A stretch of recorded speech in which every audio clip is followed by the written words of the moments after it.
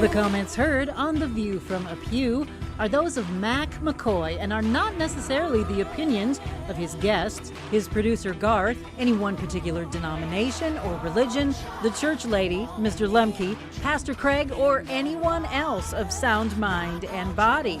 Now, here is today's The View from a Pew, heard all around the world on YouTube. Just search for The View from a Pew. Good morning, good afternoon, and good evening. I'm Mac McCoy, and welcome to this edition of The View from a Pew. We've got a couple things going on today. First of all, and you're saying, Mac, you've had this name for this show for 20 years. You mean you finally got an email? Yes, I did. So you could now email me at mac@theviewfromapew.com, and I would really like to hear from you on ideas for topics, ideas for, you might have questions about some things. I'd love to hear from you. And unlike other people, I'm the only one that has access to my emails.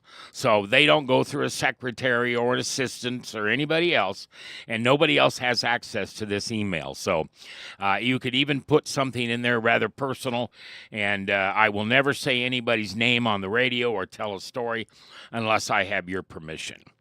Now, the other thing, this will be the third time you and I have been on together, or fourth? Fifth? Might be. Okay. Steve Arts is one of my new hosts. I don't call him a guest anymore. I call him a host. And Steve comes up with most of the top, well, so far 100% of the topics we talk about when he's on the radio or when he's on this program. And Steve is a very good writer. And so how I know what we're going to talk about is he'll send me a letter talking about what the topic is today. And if you want to read that letter, it's posted on my Facebook page, and it has as a headline, Atheism on Trial, 9/9/25. And you have 5 interesting questions that you ask at the top. By the way, welcome. Thanks for being here. I was glad you acknowledged my being here because I wasn't sure if I was. Yeah, well, I was going to actually try to talk. I was going to use this voice for Steve. Well, I thought you were going to just treat me like an existentialist, and then it would be kind of a remote thing. I don't know what that word means. I'm not sure either, but it sounded good. It did. What was the word we came up with last week that sounded so good? Unilateral? No. Ubiquitous. Ubiquitous, yeah. Which is actually a word. But I don't know what it means. It means like really present everywhere. Okay. Like God. Like God, yeah, he's ubiquitous. Okay. So you start out with 5 questions, and I think this is good. And this is not a short writing. So if you come in and read it or follow it, if you jump on Facebook and you could do watching the program at the same time you look at this by just simply opening another tab in your on your computer and have one where the show's being broadcast and having one where the letter is. But you start out with these 5 questions. What do some famous atheists say? 2, is materialism a form of atheism? 3, what do some notable previous atheists say? 4, what do some prominent believers say? And then you wrap it up with, what can we conclude? And you really did your research on this. You're amazing. You went through and found all these different atheists and kind of gave us a written on the back of a matchbook type of answer. And the one you start out with, of course, is probably the most well-known atheist. One of them. And that's Darwin. So talk to us a little bit about Darwin and what did he feel about being an atheist? I want to back up a little bit. The reason the title is Atheism on Trial, and I have that picture of, like banging the thing, at the court, the gavel, is because it seems like Christianity's always on trial. It's like we have to prove everything. We're the ones that are goofy, on and on. Well, I'm tired of that. And so I wanted to be assertive and say, wait a minute, let's put you on trial. You prove you've got something going. So anyway, so we're going to first, when you do it, anytime you talk with anybody, you got to meet them where they're at. Yeah. Okay. Now, I would also welcome any atheist who would like to come on this show, and you will be treated like my guest at home. We are not here to put you down. We would just like to hear from you why you have chosen to not believe in any higher power, I guess. And in our case, it's God and the Trinity. So you're always welcome in here. Studios in Omaha, Nebraska. All right, go ahead. Well, okay. So Darwin's claim to fame basically is that there are no purposes. Now, that means something. He was big into believing there were causes, which comes to haunt him later because if there's a cause, what's the cause then? But no purposes leaves you kind of empty. And but think about it this way. Going back to if you take Darwin and you bring it up to the current time, there's an atheist that's quite famous, atheist Harari, and in his Is he Indian? I don't know for sure. I try Okay. not to get into nationalities, Okay. Did I ever ask you your nationality, Mac? Yeah, you did. Oh, well, I apologize for that. That's I because- recognize myself as a female gender horse. Or Now, bull. for those of you that might know him or don't, that actually could be true. Aside from that, but this fella is, he went to the World Economic Forum, and he's a scientist, right? And he says that the 21st century science will soon replace evolution by natural selection by the evolution versus intelligent design, not the intelligent design of God above the clouds, but our intelligent design and the intelligent design of our clouds. Now, the whole Are bunch. you talking about AI? Yeah. And so what he's saying, he's making AI God, basically. Now, Darwin made biology God. Okay. Yes. So my point is, and I'm not critical of any atheist that might think along these lines, except that it's saying much the same thing. And that's why I'm bringing it out. Now, there's another guy that's really famous, and his name is Richard Dawkins. Yep. And he's a Darwinian biologist. Yes. So he wrote a book, River Out of Eden, and he says basically that River out of Eden. River Okay, Out of yeah. Eden. Yeah, I mean, kind of a mockery, really, because he's saying the universe we observe has precisely the properties we should expect if there is, at bottom, no design, no purpose, no evil, and no good, nothing but blind, pitiless indifference. Doesn't that sound super? I mean, what a place we have. So that's how he's seeing Darwinian evolution evolving into this, and that we're going to be, it's basically serves no purpose again. Wasn't it Dawkins that couldn't speak at the end of his life, and so he was in a wheelchair and he had a machine that would speak for him, and that was his quote unquote artificial intelligence? Or was I don't know. okay. You may be suffering from delusion because I don't recall that, but it's possible. And didn't Dawkins come to the Lord right before his death? Well, obviously, Mac has done his homework, No. or possibly not. Yeah, I didn't do my homework. I'm Oh. sorry, I'm not that good. But I just remember a voice that sounded like this, and that was Mr. Dawkins talking. That was somebody. I don't know who. I don't know who that was.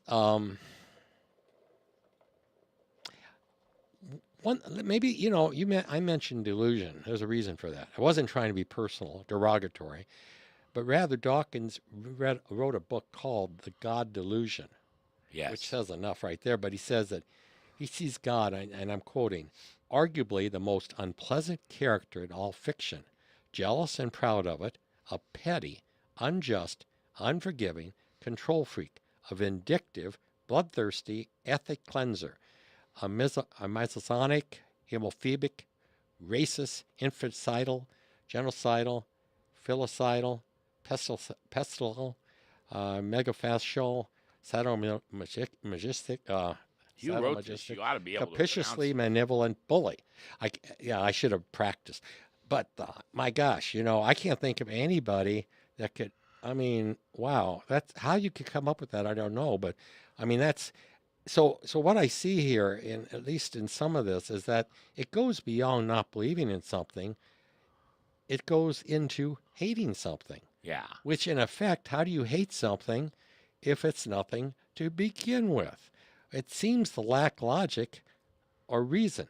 That's just my opinion, comment for what it's worth. But somehow it just seems void of any meaning, which Well, he's saying life is anyway. and that's the thing that I have always found so interesting. Um, uh, I don't mind atheists, and I also don't try to evangelize with them. But I have, over the years, had several atheists on the radio with me and trying for me to understand why they don't fill that natural hole that God puts in all of us that is to be filled with Him.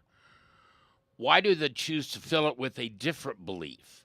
If they don't believe in God, then they don't need to say all those things about Him. No, I agree with you. Really, Darwin is probably a true, what I would call a pure atheist, in the sense that he says there's no seemingly purpose, and he lets it go at that. He just says, based on my science, it evolves, et cetera, but he doesn't go into all this poppycock, which Yeah. Dawkins, boy, he goes out of his way to make God, who doesn't exist. This is amazing. Yeah. Since he doesn't exist, again, not to repeat myself, but he goes through a tremendous amount of wordage and verbiage, I should say, and words to describe somebody that doesn't exist, which I think makes him look kind of stupid. But that's just my opinion. It just doesn't make sense to me. Well, he's what's your definition of stupid and ignorance? Or stupid and ignorance, not together but separate. Well, ignorance to me is simply not being aware of something, never being educated, never being exposed to something. Stupid is being exposed to it, but still choosing something that makes no sense. Yeah. And That's a very I'd go good one answer. I'd go one step further. Um, Repeating it just reinforces it. So if one makes the same bad choice again after learning it wasn't a good choice the first time, obviously that makes him more stupid. I don't know. There's another atheist I want to talk about, Charles Templeton. And he wrote a book called Farewell to God, My Reasons for Rejecting the Christian Faith. And now this is a quote from him. I just, again, can't make this stuff up. The God of the Old Testament is utterly unlike the God believed in by most practicing Christians. His justice is, by modern standards, outrageous. He is biased, quarrelsome, vindictive, and jealous of his prerogatives. Well, very much along the lines of Dawkins, if you can't say something good, be sure to say something bad.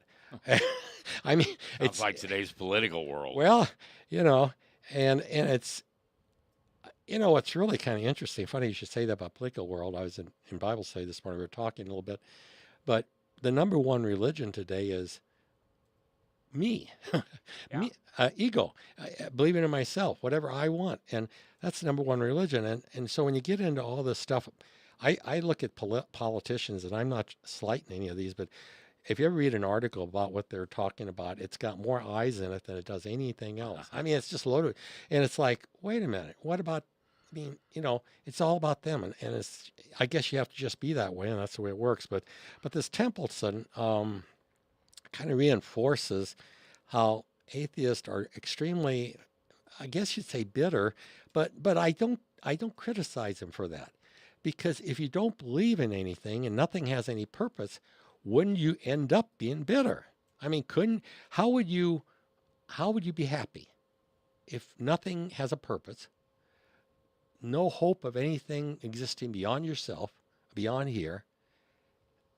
It'd be a pretty empty life, wouldn't it? Yeah, you're describing me before Jesus came into my life. I was just angry at everything and I was saw hoping no reason except for furthering me. And I was hoping you'd jump in on that, and I thank you for that. It was a gamble on my part. Now, I gotta keep going. We're gonna get to point counterpoint here. So right now, I'm just pointing out what some of these guys are saying. So this is like an agnostic, Robert Anton Wilson, and he said the Bible tells us to be like God, and then on page after page it describes God as a mass murderer. Now, again, to me that kind of sounds like taking things out of context a little bit. That's just my opinion on that, but it does show how if you're looking a certain way at something, it's funny how that can be filled that way. In other words, if you want to make God look bad, you can certainly look at it that way, but you have to start out wanting to make it that way because that certainly is a twist on things. Now, what about Nietzsche? Nietzsche's that crazy German philosopher. I mean, a brilliant person, but he was an atheist, but he's also a nihilist. And he said nihilism appears because one has to come to mistrust any meaning in suffering, indeed in existence. It now seems as if there is no meaning at all in existence, as if everything were in vain. Now that goes very much back. Nietzsche lived a couple generations ago, centuries ago. But again, we're back to what Harari is saying and Dawkins, that basically there's no meaning, no purpose in life, which you see kind of a theme here. There's no purpose, no meaning. Now there's a nihilist named Albert Camus. He said, I'm filled with the desire for clarity and meaning within a world and condition that offers neither. He calls this paradox the absurd, the idea that the universal human experience is negated by the meaninglessness of reality. Now, again, no meaning, no purpose. There's a theme here, and that's what I'm trying to bring home. That's why I'm reading these quotes, because you can read all their books and everything, but we want to, this is like making tomato sauce. You've got to process it. You got to get rid of the liquid. You got to condense it. Well, I'm trying to condense it. And what I would say all this comes down to is these folks don't find any meaning in life, period. No purpose, no meaning. Don't know why they're here. They don't know. In my way of thinking, this thinking is untethered from reality. It doesn't make sense. Yeah. It doesn't, to me, make sense. Yeah. And that's why they're on trial here, because quite frankly, what's your case? Our case is well documented on Christianity. He came, he conquered, he redeemed us, he did everything. It was prophesized thousands of years before. But let's go to one more. This guy's pretty well known by a lot of people, and his name is Jean-Paul Sartre. And he worked on a book called Nausea. And what's funny about this is he says life is an empty bubble floating in a sea of nothingness. Now that would make me nauseous right off the bat. So I think the book title, I applaud him. I think it's an absolutely wonderful title. But again, nothingness, meaninglessness, no purpose. What about this guy's famous Bertrand Russell? Only on the firm foundation of unyielding despair can the soul's habitation henceforth be safely built. So, wow, that takes me to, I'm almost starting to feel bad. I mean, gosh, I'll be glad to just get out of here. That is just a sad commentary on life. Really, commentary on him as a person. He's all these guys are smart. All these atheists are smart. They're not a dummy in the bunch. They got things I don't understand. They don't make sense to me. Stephen Arts is my guest today, or I'm my co-host on this new program we've started here on The View from a Pew. And by the way, you can email me anytime you want, mac@theviewfromapew.com. I find that these people are the ultimate narcissist. In other words, if you follow that trail, then atheism is a mental illness, just like narcissism is. Narcissism. Well, you can almost treat it that way. You can almost call it an addiction to themselves. I think it's a very strong case of focusing too much on oneself to the point no one has all the answers. In fact, one doesn't have a lot of answers. But if you rely on totally yourself for the answer, there's no way you're going to be anything but disappointed. Right. Yes, absolutely. Now, I want to tie something into this too. Now, most of you right now, I think, are probably thinking, and I'm just guessing, they say, well, I'm sure glad I don't do that. I'm sure glad I'm not an atheist or a nihilist or whatever, or maybe even agnostic. But what if I told you that many of you are, and you may not realize it? And you say, well, that's a bold statement. So here's where my reasoning for this. And there's tenets of materialism.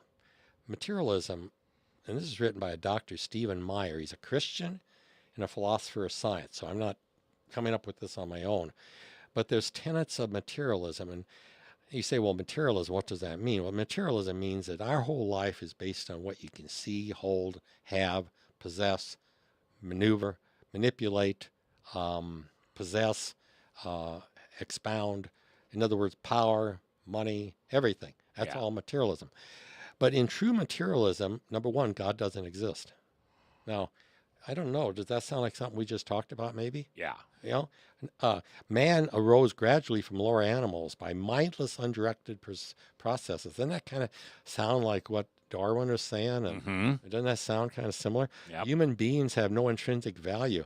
Well, if you're not made by God and you have nowhere to go, I guess we don't have a lot of value. I mean, that kind of sounds similar to an atheist, you know, doesn't it? Sound if you don't believe in anything? Absolutely.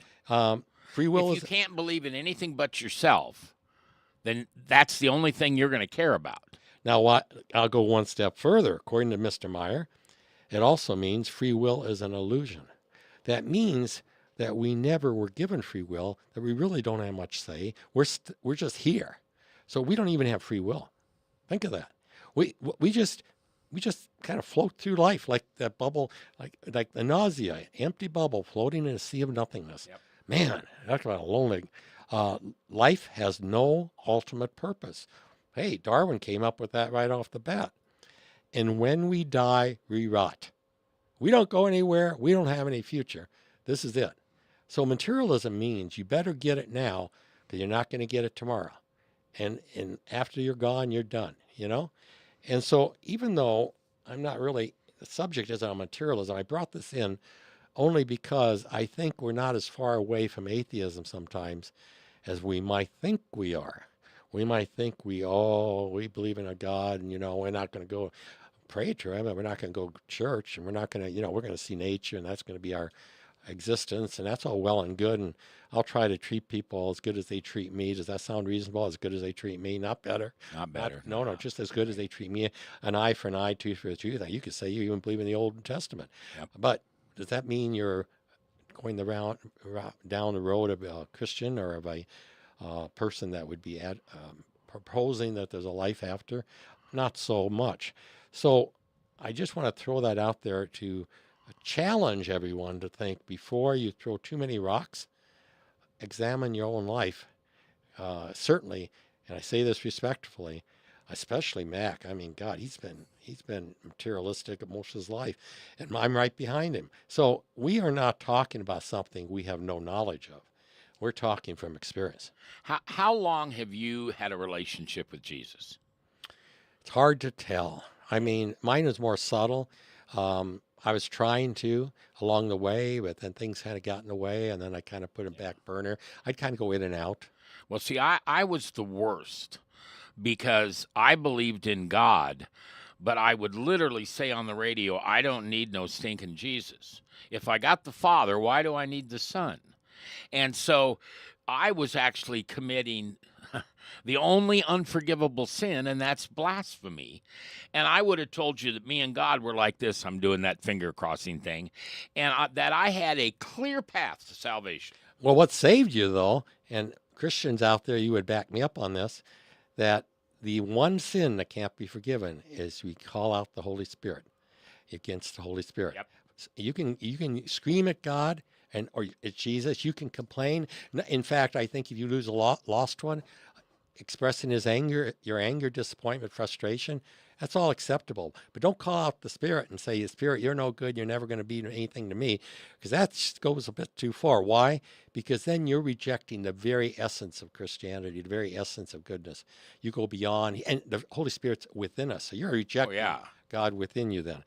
Now, in fairness, we've got to talk about some former atheists.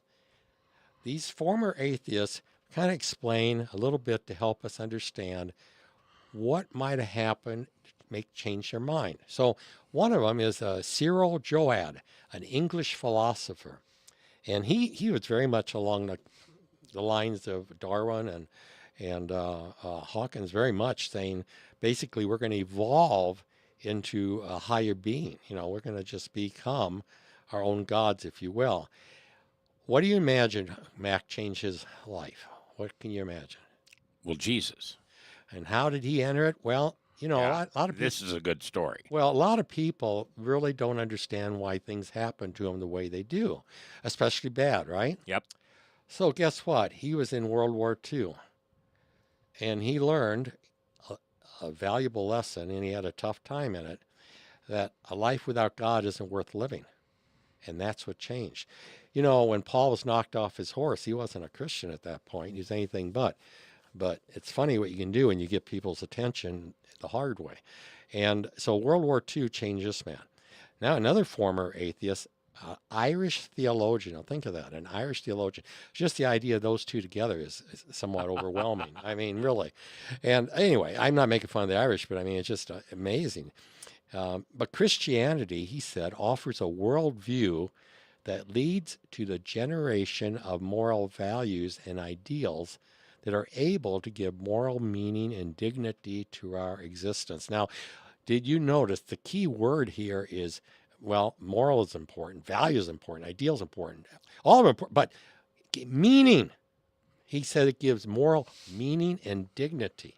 There isn't an atheist on earth that doesn't want his dignity. There isn't anybody that doesn't want his dignity. If you have dignity, though, doesn't it mean there's some meaning? Yeah. Yeah. Right. Kind of catch you in a, it's kind of a catch-22 there. But anyway, another one, Lee Strobel. Yeah. Now he's alive.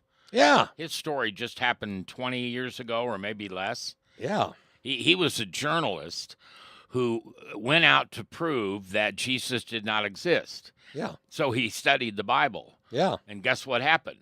Holy Spirit came knocking. Hey, Lee, it's Jesus. I'm here. See, I'm real.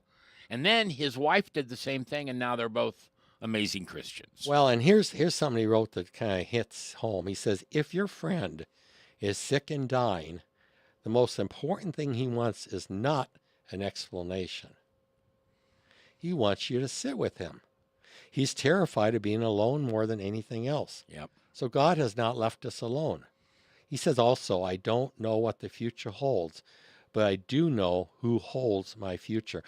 He came to realize that without God, being in a loneliness pit was not where he wanted to be.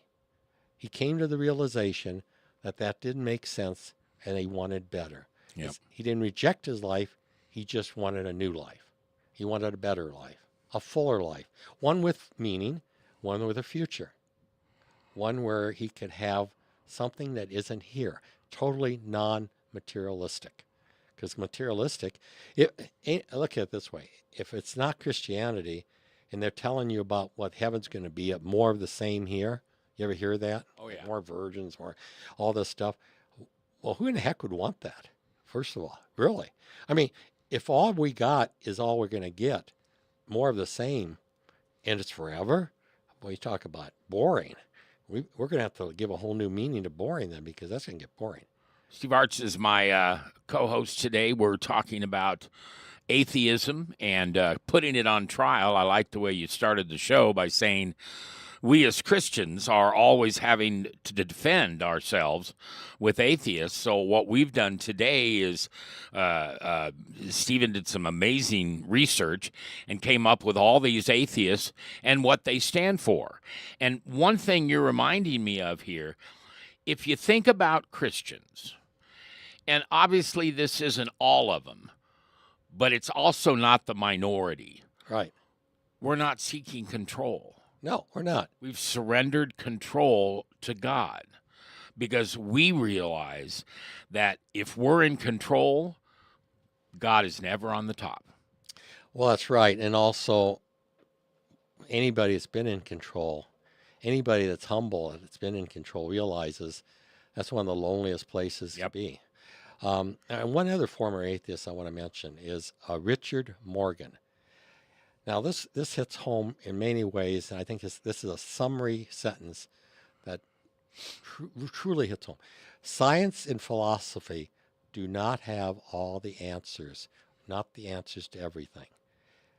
And that tells you a lot, because everybody I mentioned, where were they? Where their background? Either in education or in science. Yeah. Philosophy or science. But basically what he's saying. And so the answers we seek are not here. The answers we seek are beyond us. And that's what he's acknowledging. And he made the ground. He knows what it's like not to believe. Stephen Arts is my co-host today. We are talking about putting atheism on trial. And one of the things that you did that I thought was pretty cool is you actually went to artificial intelligence and asked them, is there a God? Yeah, this is Google. Yeah, this is Google AI, guys. And I challenge you to all do this. Just say, hey, Google, or however you want to refer to him. Yeah, but say, is there a God? Yeah, is there a God? And I actually went to Chat GPT. I went a step further to get into the AI for sure. I went to Chat GPT, and it says the universe had a beginning, and it is in fact that God exists. It is a fact that God exists. I'm repeating that. It concludes it is a fact, not a belief.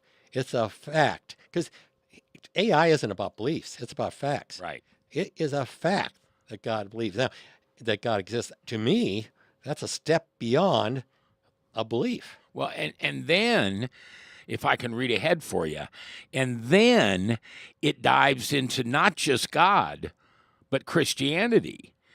And every spirit who doesn't confess that Jesus Christ has come in the flesh is not of God, and this is the spirit of the Antichrist, to whom you have heard that it comes. Now it is in the world already. And Chad actually got that from 1 John.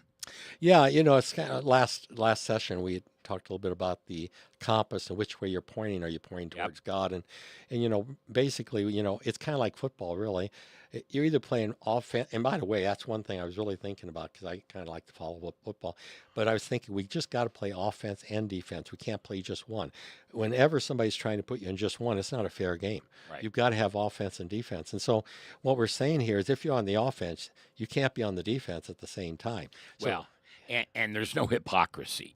Yeah, and you can't play by a different set of rules than you're allowing your opponent to do. I love what Dr. Peter Kreeft said. He's an American philosopher. He's an American professor of philosophy at Boston College, and he stated, I just love the way he said this, not because I'm against atheism, although I am, but just the way it makes sense. He says, atheism cheapens everything it touches. Look at the results of communism, the most powerful form of atheism on earth. Yep. I remember reading the way the Russians were teaching the kids was they'd have the kids ask God, pray for an ice cream cone, and they'd make them pray at whatever for 4 hours. And then they say, ask us, ask your supreme whatever. And then they bring them ice cream. We are your God. Yeah. We are who you need to listen to. Yeah. And I thought, for me, that would have worked. I mean, I like ice cream really good, and that would have influenced me a great deal. I think eventually, though, that's got to wear off. You know what I mean? Because there's a lot of things in life besides the ice cream cone. But nevertheless, that idea of trying to make us God on earth, that's kind of what all these doing. Speaking of Russia, Dostoevsky was a famous Russian novelist, and he said, everything is permitted. After all, blind, pitiless indifference, as Dawkins described it, doesn't give birth to morality. It only gives birth to chaos. What he was saying, if you have no cause, you have no purpose, you have nobody involved, you end up with chaos. And that's what the only thing you can end up with, which is what's happened every time you see any regime change where there's totalitarianism and they try to take over. It's usually due to chaos first, because everybody's giving up the faith, giving up working, don't want to work together. Everybody's a porcupine, at odds with each other. And I mean, then we end up in chaos. That's right now in our country, if all our cities would collapse and we all had chaos and we don't uphold laws, and I'm not getting political here, but frankly, we'd end up going to a totalitarian just to put order back. You know? Yeah. So it's truly, you know, these guys have been behind the curtain, if you will, Iron Curtain, and they know what this is like. Yeah. All right. Now, but before we wrap up today, I want you to also share with us the research you found on what former atheists Well, said. these were the former. Oh, Those, but oh yeah, you're right. Sorry. but what we can talk about is now some famous people and what they say about this whole thing. And G.K. Chesterton is one of those, English author and philosopher. He lived from 1887 or 75 rather than 1936. But he wrote, "The secularists have not wrecked divine things, but the secularists have wrecked secular things, if that is any comfort to them." So in other words, they have no record to go on. If you're going to go on destruction and that's going to lead you somewhere, it all it does is destroy. It doesn't build. John Adams, that happens to be a name, former president of the United States. He wrote, signed the Declaration of Independence. He did a lot of things. And the general principles on which the fathers achieved independence were the general principles of Christianity. Now, right as we speak, that's being challenged. As we speak, there's people in our government saying that, no, we didn't give you rights. I mean, God didn't give you rights. The government gave you rights. That's happening right now. And so, again, we're not that far removed from some of this. Another guy, Os Guinness, the great Christian thinker and author, wrote a book called A Free People Suicide. And this is one of the more interesting thoughts. One cannot point to a free and lasting civilization anywhere in history that was built on atheistic foundations, period. Because atheism doesn't build. It only tears down. It can't build. You can't build on nothing. It can't happen. You got to have something. You got to have a rock. You got to have something. And so where are we at today? I just want to kind of bring that up. You know where you're at, Mac. You're sitting in a studio. You're either here or you're on some beach enjoying yourself. But ultimately, we here in America, we either in a revival or ruin. You know, the needle never stands still, and that's my concern of bringing this up. This all the stuff that we're talking about. I'm concerned about what we do here as well as elsewhere in the world. I think that's really important. And let's just one other thing here too. I mean, Joseph Pierce is a writer, and he summed up something beautifully. Now, C.S. Lewis is an extraordinarily famous person, an extraordinary writer, Christian, but I just think this is somebody interpreting all the books of his in one sentence. And I think he did a really good job. This Pierce said, "The great fruit of C.S. Lewis' clarity is, in sum, that he shows his readers that the great truths are knowable through the application of pure and simple common sense. The truths of faith and reason make sense because they are eminently sensible." In other words, if it sounds like it makes sense, maybe it just plain does. And sometimes what clearly is clearly is. So sometimes, to put in perspective, if somebody's trying to make you question everything, why let them? Why let somebody try to teach you that your life is meaningless? Why let anybody say to you that it has no purpose? Why let anybody? It's your choice. And yes, free will is alive and well. You can choose. Well, it kind of goes back to that saying that says, what other people think of me is none of my business. Well, yes, except I think of you, and sometimes that might be your business, some of the things. No, I won't let it be. Okay, well, see, that's a good attitude because he's got a firm mind where he stands. Well, and that doesn't mean I know everything. It means I admit I don't know everything. And the place that I go to get my answers that I don't have is the Bible. And other people like you, Steve, who have read the Bible and who understand the Bible and who still answer questions with, I don't know, That is my favorite question when I'm teaching a Bible class. Somebody asks something and I say, I don't know. You know, I quote a lot of people here. Sometimes I will, sometimes I won't. But there is one other quote. A lot of you Christians probably read Jesus Calling by Sarah Oh Young. yeah. It's a pretty popular book, and this is something I think makes a lot of sense. Once you're a believer, I mean, really believe, really turned over your life, and you're really humble about it. I mean, you accept that you are weak and Jesus is strong. That's how you know. And here's what she said, when you depend on Jesus continually, your whole perspective changes. You see miracles happening all around while others see natural occurrences and coincidences. Yeah. Can't say that very well. And I think that's true, you know, and you say, oh, well, it's a matter of faith. And unless you get to that point, and it's only when you actually believe that you're helpless without God, really helpless without God. Doesn't mean you can't do something, but it means you're never going to conquer anything without his help. Before we move on, I looked up some of C.S. Lewis's sayings or writings. And I think one of my favorite is probably one of the most simple, and that is Jesus was either a liar, a lunatic, or our Lord. I can think of a lot of guys that I'd put those first two. Absolutely. But you can't put I resemble Jesus. that remark. Yeah, but you can't do that with Jesus at that last one. And I don't know if you know the story about C.S. Lewis. He was not a believer. He is one of those people that converted over. And he got on the back of his brother's motorcycle. You've heard this story, I know. Yes. And they left Yes. their house. By the time they got to the pub, however far that was, C.S. Lewis had been given the gift of the Holy Spirit, and everything changed. And that was he wrote the Screw Tape Letters. He wrote so many wonderful books. You remember what happened though in that motorcycle ride?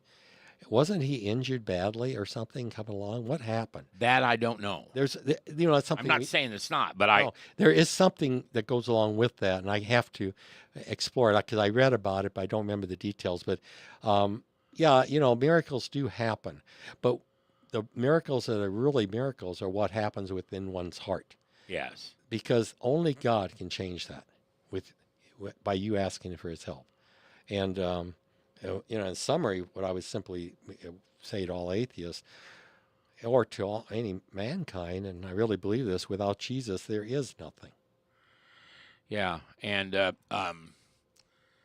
I'm always going back and reflecting on what my first 50 years were like, because they were unbelievable, great successes, terrible failures, terrible choices and decisions. But the one thing that I never realized was how much Jesus gives to your life. Everybody thinks, and I used to think this, if I'm a Christian, all this stuff goes away. Can't do this, can't do this, can't do it. I don't want to be a Christian. That'd be no fun. Well, Jesus doesn't take anything away. He gives to you the hearts of his desire, the desire of his heart, not mine. And he's my creator. I would much rather have what my creator designed for me or how much I have to pay for what I think. Yeah, it's kind of like having a friend and going hand in hand, or we've seen footprints in the sand where he's carrying you, and it's more like, how do you handle life? I mean, number one problem in life today is coping, and it's a lot easier to cope if Jesus is with you. Yeah, it's interesting. Steve and I go to the same church, and we've just started a 5-week series, and it's called How to Get Along with Porcupines. And the whole thing is how to deal with difficult people. Because if we can learn how to deal with people who we find difficult, now, I did not say deal with difficult people. I said people that we find to be difficult to deal with, then we'll solve our own problems. The porcupine represents mankind today, and that is we're all individually walking around kind of being isolated by our own choice in some case. And, it's a pretty lousy existence. The poor porcupines, they can't get too close to each other because they poke each other, and actually been showing that they will die in cold weather when they can't huddle together. But we don't have to be that way. We can overcome that, and have forgiveness and actually be able to overcome our obstacles. But it's our choice. Here's my favorite C.S. Lewis quote, and I have to look it up to be able to do it proper word by word. Christianity, if false, is of no importance. And if it's true, it's of infinite importance. The only thing it cannot be is moderately important. Absolutely. Yeah, I like that. All right, Steve. Steve Arts has been my co-host on this. We'll be back next Tuesday. And pray tell, what are we going to talk about next week when it comes to atheism? Well, Or are we going to get off the topic? we're not going to talk about atheism. Okay. I mean, I think we've covered that well enough. But what I do want to introduce is a 3-letter word that's extremely ridiculed today. And you shouldn't say it. A lot of us have been brought up thinking 4-letter words, but the secular world said this is a 3-letter word you must not talk about, and it's called sin. Yep. And that's what we're going to talk about. Yep. There are pastors today, and I'm not thinking of anyone in particular, but there are pastors who on my show have said before, I try not to talk about sin. I try not to talk about sin. I once had a guy who owned a Christian radio station that I was on for a few years tell me to stop talking about Jesus and stop talking about forgiveness. There's got to be more to Christianity than that. And shortly after he told me that, I left, because that is the basis of Christianity, forgiveness. And how do we get forgiveness? Because Jesus died on the cross, so he would have us for eternity. Otherwise, he couldn't be with us. He couldn't bring us home because we were sinful and didn't know it and didn't repent and didn't ask permission and didn't ask for thankfulness and didn't ask for forgiveness. Mac, watch your blood pressure. Don't get worked up. I know. Thanks. All right, that is going to be our show for today, and I sure appreciate you listening.